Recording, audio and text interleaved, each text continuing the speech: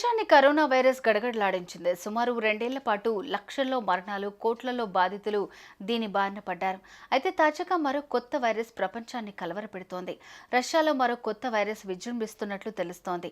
అంతుచిక్కని virus కారణంగా Russia ప్రజలకు విపరీతమైన దగ్గుతో నోటిలో నుంచి రక్తం పడుతోందని పలు మీడియా సంస్థలు వెల్లడించాయి.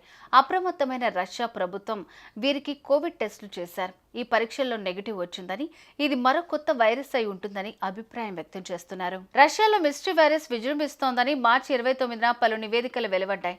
అలెగ్జాండ్రా అనే మహిళ 5 రోజుల నుంచి జ్వరంతో బాధపడుతోందని, కొన్ని రోజులకు దగ్గుతున్న సమయంలో రక్తం పడుతున్నట్లు తెలిపిందని నివేదికలు వెల్లడించాయి. అక్కడి ప్రజలు తీవ్రమైన శ్వాసకోశ సంబంధిత వ్యాధులతో దీర్ఘకాలిక జ్వరంతో బాధపడుతున్నారని తెలిపారు. పలు నగరాల్లో ప్రజలు వారాల తరబడి జ్వరం, ఒళ్ళు నొప్పులు, తీవ్ర దగ్గుతో బాధపడుతున్నారని పేర్కొన్నారు. ఈ క్రమంలో ఎన్ని మందులు వాడినప్పటికీ తగ్గుదల కనిపించట్లేదని ఆందోళన వ్యక్తం చేశాయి. ఇదే సమయంలో మరికొందరు నెటిజన్లు తాము తీవ్రమైన రక్తంతో కూడిన దగ్గుతో బాధపడుతున్నట్లు సోషల్ మీడియా వేదికగా పేర్కొన్నారు. అలాగే తాము కోవిడ్ టెస్టులు చేయించుకున్నప్పటికీ పాజిటివ్ రాలేదని చెప్పుకొచ్చారు.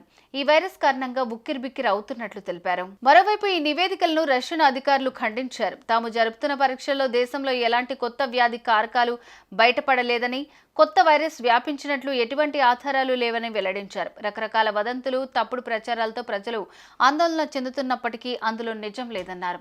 నివేదికల్లో పేర్కొన్న మహిళలకు పరీక్షలు నిర్వహించిన వైద్యులు ఆమెకు మైకోప్లాస్మా న్యూమోనియా ఉన్నట్లు నిర్ధారించారని తెలిపారు. ఒకవేళ కోవిడ్ తరహా వైరస్ వస్తే దాన్ని ఎదుర్కోవటానికి తగిన సదుపాయాలు ఉన్నాయన్నారు. పరిశోధకులు, వైద్య నిపుణులు ఈ వదంతులపై స్పందిస్తూ మైకోప్లాస్మా న్యూమోనియా అనేది కొత్త వైరస్ కాదని, ఇది ప్రపంచవ్యాప్తంగా సాధారణంగా కనిపించే బ్యాక్టీరియా అని వివరించారు. రష్యాలో ఈ ఇన్ఫెక్షన్ కేసులు పెరిగినా ఇది మహమ్మారి స్థాయికి చేరలేదని, యాంటీబయాటిక్స్ తో చికిత్స చేయించవచ్చునని తెలిపారు. సోషల్ మీడియా నివేదికల్లో వచ్చిన కొన్ని పోస్టులు అతిశయోక్తులని, ప్రజలను భయపెట్టేందుకు వ్యాప్తి చేసినవని విశ్లేషకులు అభిప్రాయపడ్డారు.